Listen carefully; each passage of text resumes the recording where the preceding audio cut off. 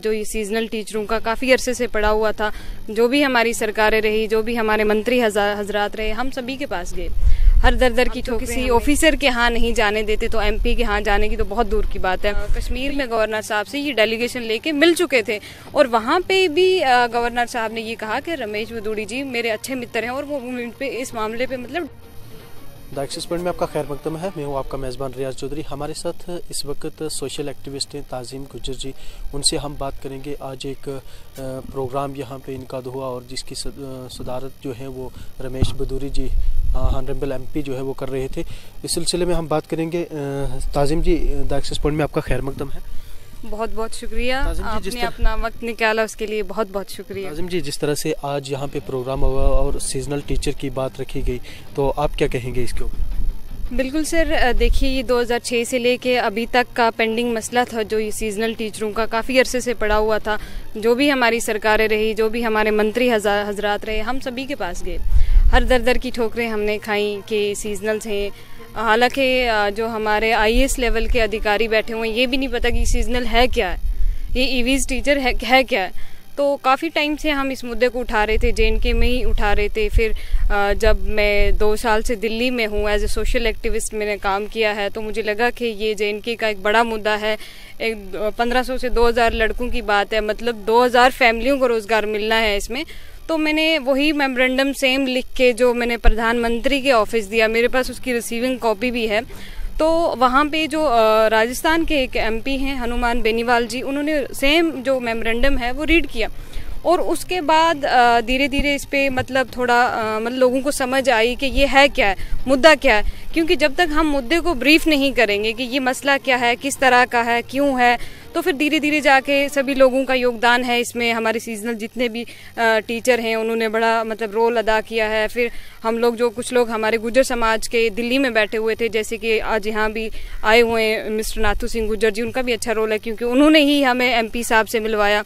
नहीं तो आपको पता है कि ये कम्युनिटी एक ऐसी बैकवर्ड कम्युनिटी है कि जिसे हम तो किसी ऑफिसर के यहाँ नहीं जाने देते, तो एमपी के यहाँ जाने की तो बहुत दूर की बात है। तो यही कहूँगी कि जो इसमें लगे हुए हैं, जो ये सीजनल ईवीज हैं, मतलब ये बैकवर्ड क्लास से ताल्लुक़ रखते हैं। बैकवर्ड क्लास से ताल्लुक़ रखते हैं तो मतलब 4000 उनकी सैलरी थी, इसमें गुजारा नहीं हो पा रहा था। तो हमें लगा कि अगर, क्योंकि स्कीम सेंटर की थी, तो इसलिए हमने सेंटर बेस्ड इसको ज़्यादा कोशिश किया। तो फिर जो हमारे रमेश बदूड़ी जी हैं, इन्होंने हमें HRD मिनिस्टर रमेश पोखरियाल जी से भी मिलवाया। तो उन्होंने भी एक किस्म की यकीन दहानी कराई थी कि ठीक है, हम इस मसले पे बात करेंगे। क्योंकि पहले उन्हें समझ ही नहीं आता था कि ये मुद्दा क्या है, ये सीजनल क्या है, ये पहाड़ियों पे क्यों जाते हैं, ये नीचे क्यों आते हैं। तो जब हमने एक मेमोरेंडम, देखो ना, कोई भी काम करते हो तो उस पर एक डाटा बेस्ड काम करना पड़ता है। जब तक आप रिसर्च नहीं करोगे, डाटा बेस्ड काम नहीं करोगे, तो सामने वाले अधिकारी को आप कैसे समझा पाओगे कि ये किस तरह की प्रॉब्लम है, क्या है क्या नहीं।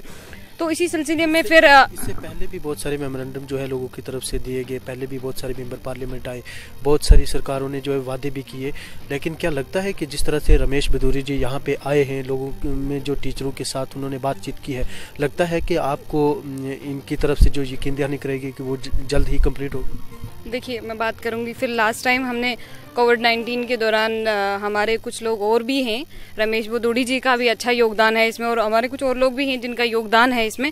तो उन्होंने मुझे डायरेक्ट गवर्नर साहब से अपॉइंटमेंट लेके दी और हम कश्मीर में गवर्नर साहब से ये डेलीगेशन लेके मिल चुके थे और वहाँ पे भी गवर्नर साहब ने ये कहा कि रमेश बदूड़ी जी मेरे अच्छे मित्र हैं और वो पे इस मामले पर मतलब डिस्कस कर चुके हैं।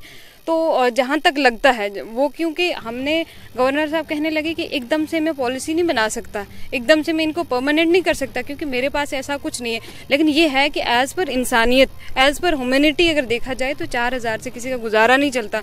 लेकिन मैं कुछ ऐसा करूँगा कि जैसे कि इनकी सैलरी स्ट्रक्चर बढ़ जाए और ये 12 महीने मतलब काम करने लगे। ऐसी हमें आशा है और उम्मीद भी है कि ये वाला जो है ये कर देंगे। लेकिन आगे के लिए मैं रिक्वेस्ट करना चाहूँगी बदूड़ी साहब से भी और गवर्नर साहब से भी कि सर, इससे हमारा काम चलने वाला नहीं है।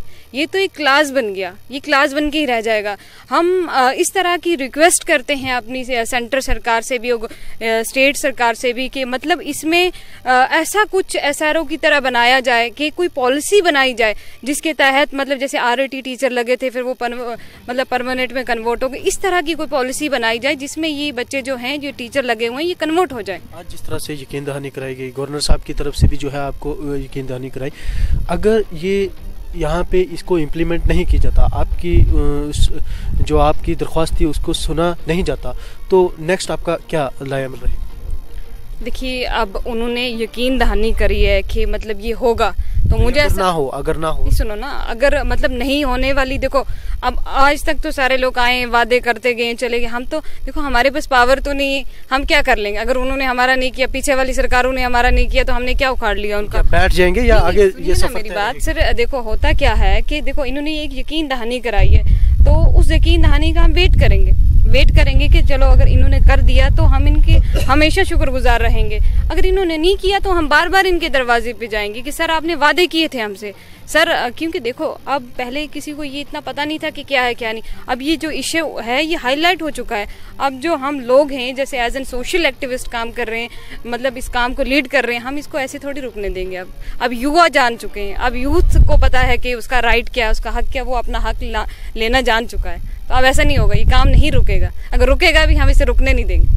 ये थे ताज़ीम गुज्जर जी, जो सोशल एक्टिविस्ट हैं एक, और हर जगह पे यूथ के साथ जो है वो खड़ी रहती हैं, और जो भी उनकी प्रॉब्लम्स होती हैं उनको जो है ये उबारने में बड़ी कोशिश करती हैं। और इसी सिलसिले में अगर बात करें सीजनल टीचर की, तो ये कई सारे मंत्रियों से और यहाँ के जो गवर्नर हैं उनसे भी मिले, और इनकी जो है इसके ऊपर चर्चा हुई। अब इनका ये कहना है कि जो इनकी तरफ से यकीन दहानी कराई गई है और जल्द से जल्द जो है इनका मसाइल जो है वो हल होंगे। इसी के साथ मैं इजाज़त चाहूँगा, आप बने रहिए मज़ीद खबरों के लिए द एक्सेस पॉइंट के साथ।